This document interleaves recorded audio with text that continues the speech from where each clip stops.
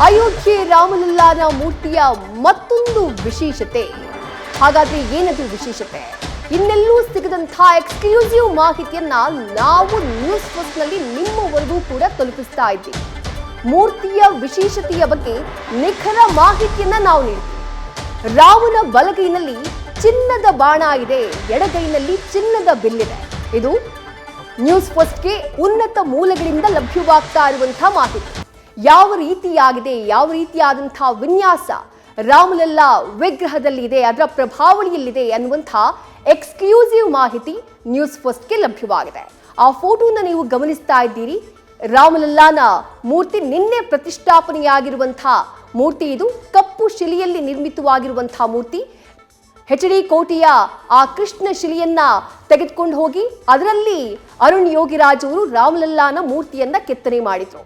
ಆ ಮೂರ್ತಿಯನ್ನ ನೀವು ಗಮನಿಸ್ತಾ ಇದ್ದೀರಿ. ಅಯೋಧ್ಯೆಯ ಗರ್ಭಗುಡಿಯಲ್ಲಿ, ರಾಮ ಮಂದಿರದ ಗರ್ಭಗುಡಿಯಲ್ಲಿ ಆ ಮೂರ್ತಿಯ ಪ್ರತಿಷ್ಠಾಪನೆಯಾಗಿದೆ.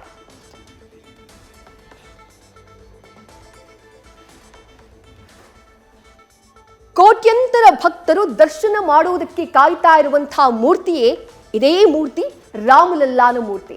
ನಿನ್ನೆ ಅಯೋಧ್ಯೆಯ ರಾಮ ಮಂದಿರದ ಗರ್ಭಗುಡಿಯ ಒಳಗೆ ರಾಮಲಲ್ಲಾನ ಈ ಮೂರ್ತಿಯನ್ನ ಪ್ರತಿಷ್ಠಾಪನೆ ಮಾಡಲಾಗಿದೆ. ಇದರ ಸುತ್ತ ಇರುವಂತಹ ಈ ಪ್ರಭಾವಳಿಯನ್ನ ನೀವು ಗಮನಿಸ್ತಾ ಇದ್ದೀರಿ. ರಾಮನ ಎರಡೂ ಕೈಗಳಲ್ಲಿ ಏನಿದೆ ಅನ್ನುವಂತಹ ಎಕ್ಸ್ಕ್ಲೂಸಿವ್ ಮಾಹಿತಿ ಕೂಡ ನ್ಯೂಸ್ ಫಸ್ಟ್ಗೆ ಲಭ್ಯವಾಗಿದೆ.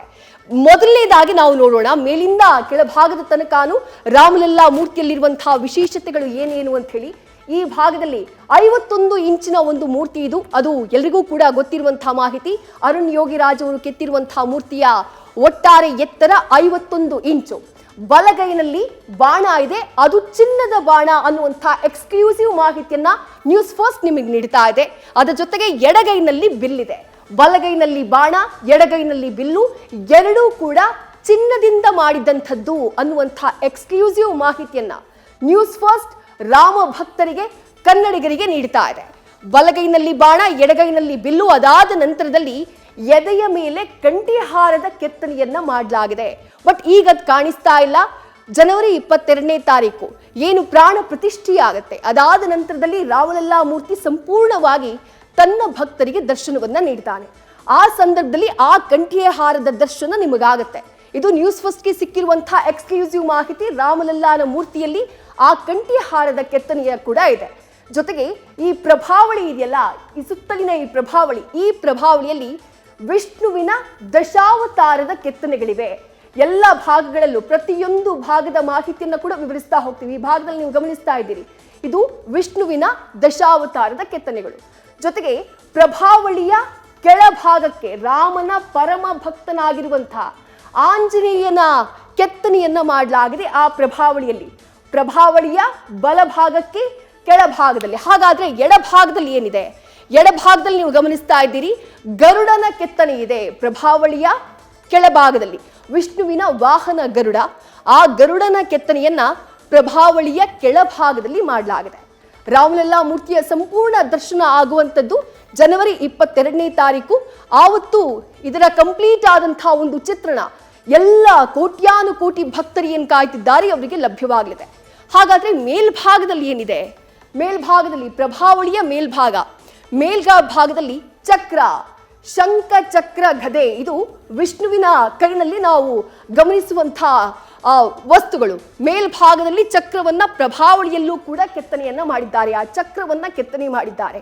ಅದರ ಜೊತೆಗೆ ಆ ಚಕ್ರದ ಕೆಳಭಾಗದಲ್ಲಿ ನಮಗೆ ಕಾಣಿಸೋದು ಶಂಖ, ಚಕ್ರ, ಗದ ಅಂತ ಹೇಳಿ ನಾವು ಅದನ್ನ ಉಲ್ಲೇಖ ಮಾಡ್ತೀವಿ ವಿಷ್ಣುವಿನ ಪೂಜೆಯನ್ನ ಮಾಡುವಂತಹ ಸಂದರ್ಭದಲ್ಲಿ. ಇಲ್ಲಿ ಪ್ರಭಾವಳಿಯಲ್ಲೂ ಕೂಡ ಚಕ್ರ, ಅದಾದ ನಂತರದಲ್ಲಿ ಶಂಖದ ಕೆತ್ತನೆಯನ್ನ ಪ್ರಭಾವಳಿಯಲ್ಲಿ ಕಾಣಬಹುದಾಗಿದೆ. ರಾಮಲಲ್ಲಾ ವಿಗ್ರಹದ ಪ್ರಭಾವಳಿಯಲ್ಲಿರುವಂತಹ ಆ ವಿಶೇಷತೆಗಳನ್ನ ನೀವು ಗಮನಿಸ್ತಾ ಇದ್ದೀರಿ. ಶಂಖದ ಕೆಳಭಾಗದಲ್ಲಿ ಓಂ ಇದ್ರೆ ಒಂದು ಭಾಗದಲ್ಲಿ, ಮತ್ತೊಂದು ಕಡೆ ಮೇಲ್ಗಡೆ ಎಡಭಾಗದಲ್ಲಿ ಮೇಲ್ಗಡೆಗೆ ನಿಮಗೆ ಪದ್ಮ ಕಾಣಿಸುತ್ತೆ. ಹಾಗೆಯೇ ಪದ್ಮದ ಕೆಳಗೆ ಕೌಮೋದಕಿ ಗದೆ ಕೂಡ ನಿಮಗೆ ಕಾಣಿಸುತ್ತೆ.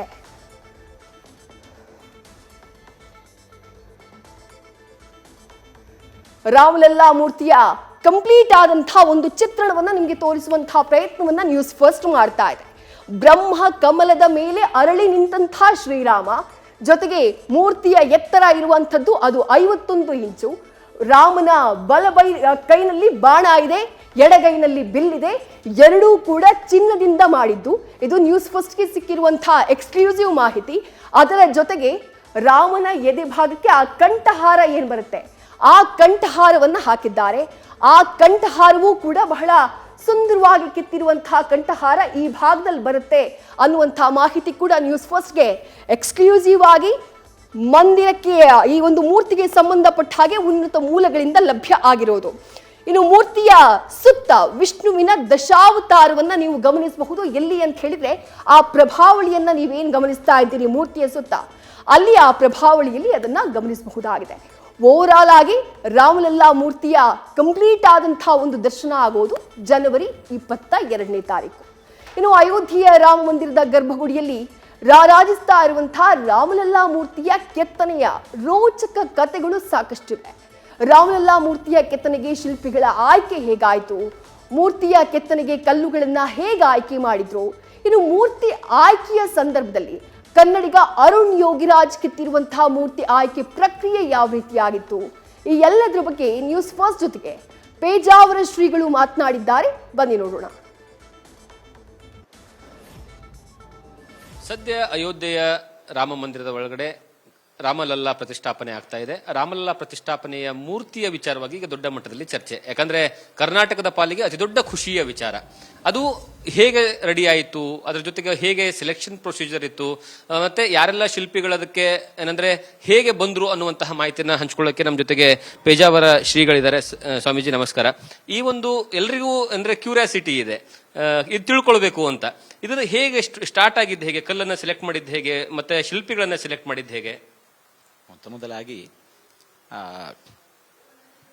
ನೂತನವಾದಂತಹ ಪ್ರತಿಮೆ ನಿರ್ಮಾಣ ಆಗಬೇಕಾಗಿದೆ ಅಂತ ನಿಶ್ಚಯ ಆದ ತಕ್ಷಣ, ಹಾಗೆ ಒಂದು ಬಿಲ್ಡಿಂಗ್ ಮಾಡೋದಾಗಿದ್ರೆ ಅಥವಾ ಯಾವುದೋ ಒಂದು ಪ್ರಾಜೆಕ್ಟ್ ಕೈಗೆತ್ತಿಕೊಳ್ಳೋದಾಗಿದ್ರೆ 3 ಮಂದಿ ಹತ್ರ ನಾವು ಟೆಂಡರ್ ಕರೀತೇವೆ, ಅವರದ್ದು ಕೆಲಸ ಎಲ್ಲ ನೋಡ್ತೇವೆ, ನೋಡಿ ಅದರಲ್ಲಿ ಒಬ್ಬರನ್ನು ಆಯ್ಕೆ ಮಾಡ್ತೇವೆ. ಹಾಗೇನೆ ಇಲ್ಲಿ ಪ್ರತಿಮಾ ನಿರ್ಮಾಣ ಮಾಡಬೇಕು ಅಂದಾಗ 3 ಪ್ರತಿಮೆಗಳನ್ನು ಮಾಡಬೇಕು ಅಂತ ತೀರ್ಮಾನ ಆಯಿತು. ಯಾಕಂದ್ರೆ ಕೊನೆಯ ಹಂತದಲ್ಲಿ ಏನಾದರೂ ಸ್ವಲ್ಪ ಹೆಚ್ಚು ಕಡಿಮೆ ಆದರೂ ಕೂಡ ಒಂದಲ್ಲ ಇದೊಂದು ಪ್ರತಿಮೆಯನ್ನು ಪ್ರತಿಷ್ಠೆ ಮಾಡಲಿಕ್ಕೆ ಅನುಕೂಲವಾಗಬೇಕು. ಕೊನೆಯ ಹಂತದಲ್ಲಿ ಕೈಕಲ್ ಬಿಡು ಹಾಗೆ ಆಗಬಾರ್ದು. ಕೊನೆಯ ಹಂತದಲ್ಲಿ ಇನ್ನೊಂದು ನೂತನ ಬಿಂಬವಾದ ಇಲ್ಲಿ ಏನಾದರೂ ಸ್ವಲ್ಪ ಹೆಚ್ಚು ಕಡಿಮೆ ಆಯಿತು ಅಂತ ಹೇಳಿದ್ರೆ ಪುನರ್ ನಿರ್ಮಾಣ ಮಾಡೋದು ಕಷ್ಟ. ಹಾಗಾಗಿ 3 ಪ್ರತಿಮೆಗಳು ನಿರ್ಮಾಣ ಮಾಡಬೇಕು ಅಂತ ತೀರ್ಮಾನ ಆಯಿತು. ಅಂದಮೇಲೆ ಮತ್ತೆ ಪುನಃ ಯಾರ ಕೈಯಲ್ಲಿ ಮಾಡಿಸೋದು, ಪ್ರಸಿದ್ಧ ಕಲಾಕಾರರಿಗೆಲ್ಲರಿಗೂ ಕೂಡ ಆಹ್ವಾನ ನೀಡಿತ್ತು. ನಿಮ್ಮ ಅನುಭವಗಳನ್ನು, ನೀವು ಮಾಡಿದಂತಹ ಕೆಲಸ ನಮ್ಮ ಜೊತೆಗೆ ಹಂಚಿಕೊಳ್ಳಿ ಅಂತ ಹೇಳಿಕೊಂಡು ಹಾಗೆ ಬಂದದರಲ್ಲಿ 3 ಮಂದಿಯನ್ನು ಆಯ್ದುಕೊಂಡದ್ದಾಗಿದೆ. ಅವರ ಕೆಲಸಗಳನ್ನೆಲ್ಲ ನೋಡಿ ಅದರಲ್ಲಿ ದೊಡ್ಡ ಆಶ್ಚರ್ಯ ಸಂಗತಿ ಅಂತ ಹೇಳಿದರೆ ನಮ್ಮ ಕರ್ನಾಟಕದವರೇ ಇಬ್ಬರಿದ್ದಾರೆ ಅನ್ನುವಂತಹದ್ದು ಅತ್ಯಂತ ಸಂತೋಷದ ಸಂಗತಿ. ಅದರಲ್ಲಿ ಮತ್ತೆ ಪುನಃ ನಮ್ಮ ಕರ್ನಾಟಕದವರೇ ಆಗಿರತಕ್ಕಂತಹ ನಮ್ಮ ಮೈಸೂರಿನ ಯೋಗಿರಾಜ್ ಅವರು ನಿರ್ಮಾಣ ಮಾಡಿದಂತಹ ಪ್ರತಿಮೆ ಆಯ್ಕೆಯಾದದ್ದು ಇನ್ನೂ ಸಂತೋಷದ ಸಂಗತಿ. ಕಲ್ಲು ಸೆಲೆಕ್ಷನ್ ಹೇಗಾಯಿತು? ಯಾಕಂದ್ರೆ ನೇಪಾಳದಿಂದನೂ ಸಹಿತ ಅಲ್ಲಿನ ನದಿಯಿಂದ ತೆಗೆದುಕೊಂಡು ಬರಲಾಯಿತು, ಬೇರೆ ಬೇರೆ ಭಾಗಗಳಿಂದೆಲ್ಲ ಬಂತು, ಒಟ್ಟು 6 ಭಾಗಗಳಿಂದ ಕಲ್ಲುಗಳನ್ನ ತೆಗೆದುಕೊಂಡು ಬರಲಾಯಿತು. ಅಲ್ಲಿಂದ ಯಾಕೆ ತೆಗೆದುಕೊಂಡು ಬರಬೇಕು ಅಂತ ಹೇಗೆ ನಿರ್ಧಾರವನ್ನ ಮಾಡಿದ್ರಿ ಅದನ್ನ? ಮೊದಲಾಗಿ ಅನೇಕ ಮಂದಿಯ ಅಭಿಪ್ರಾಯದ ಮೇರೆಗೆ ಯಾವ ಶಿಲೆಗಳು ಉತ್ತಮ ಪ್ರತಿಮಾ ನಿರ್ಮಾಣಕ್ಕೆ ಅಂತ ವಿಚಾರ ಮಾಡಿಕೊಂಡು ಅನೇಕ ಬಗೆಯ ಶಿಲೆಗಳ ತಯಾರಿ ಸಿದ್ಧತೆಯನ್ನು ನಾವು ಮಾಡಿಕೊಂಡಿದ್ದೆವು. ಕೊನೆಗೆ ಶಿಲ್ಪಿಗಳ ಆಯ್ಕೆ ಆ ಬಳಿಕ ಆಯಿತು. ಶಿಲ್ಪಿಗಳ ಆಯ್ಕೆ ಆ ಬಳಿಕ ಆಗಿತ್ತು. ಹಾಗಾಗಿ ಶಿಲ್ಪಿಗಳಲ್ಲಿ ತೋರಿಸಿದಾಗ ಆ ಶಿಲೆಯಲ್ಲಿ ಕೆಲವು ನ್ಯೂನಾತಿರೇಕಗಳನ್ನು ತಿಳಿಸಿದರಿಂದಾಗಿ ಕೊನೆಗೆ ಶಿಲೆಗಳ ಆಯ್ಕೆಯನ್ನು ಅವರವರಿಗೆ ಬಿಡಲಾಯಿತು.